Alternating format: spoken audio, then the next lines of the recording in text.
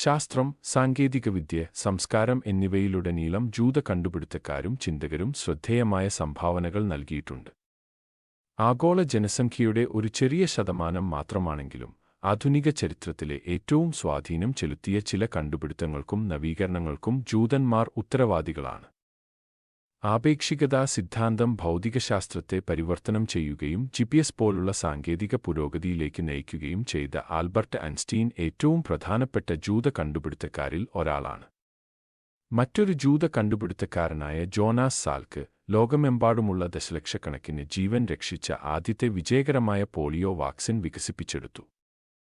മനോവിശ്ലേഷണ മേഖലയിൽ Sigmund Freud ആധുനിക മനഃശാസ്ത്രത്തിന് അടിത്തറ പാകി. സാങ്കേതികവിദ്യയിൽ റോബർട്ട് അഡ്ലർ വയർലെസ് റിമോട്ട് കൺട്രോളിന്റെ സഹകണ്ടുപിടുത്തത്തിലൂടെ ടെലിവിഷൻ ഉപയോഗത്തിൽ വിപ്ലവം സൃഷ്ടിച്ചു.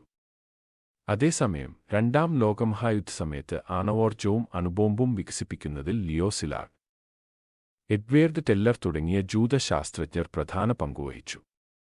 ആധുനിക ഡാറ്റ സംഭരണത്തിന്റെ പ്രധാന ഭാഗമായ USB ഫ്ലാഷ് ഡ്രൈവ് വികസിപ്പിച്ചെടുത്തത് ഇസ്രായേലി എഞ്ചിനീയർ ഡോവ് മൊറാൻ ആണ്. കമ്പ്യൂട്ടിംഗിൽ ജോൺ വോൺ ന്യൂമാൻ പോലുള്ള ജൂത പൈനിയർമാർ കമ്പ്യൂട്ടർ ആർക്കിടെക്ചറിൽ അടിസ്ഥാന ആശയങ്ങൾ സംഭാവന ചെയ്തു.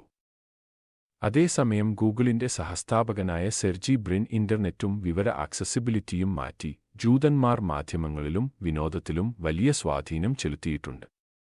ഉദാഹരണത്തിന് നടിയും കണ്ടുപിടുത്തക്കാരിയുമായ ഹെഡി ലാമർ ആധുനിക വൈഫൈക്കും ബ്ലൂടൂത്തിനും അടിത്തറ പാകിയ ഫ്രീക്വൻസി ഹോപ്പിംഗ് സാങ്കേതികവിദ്യ വികസിപ്പിച്ചെടുത്തു.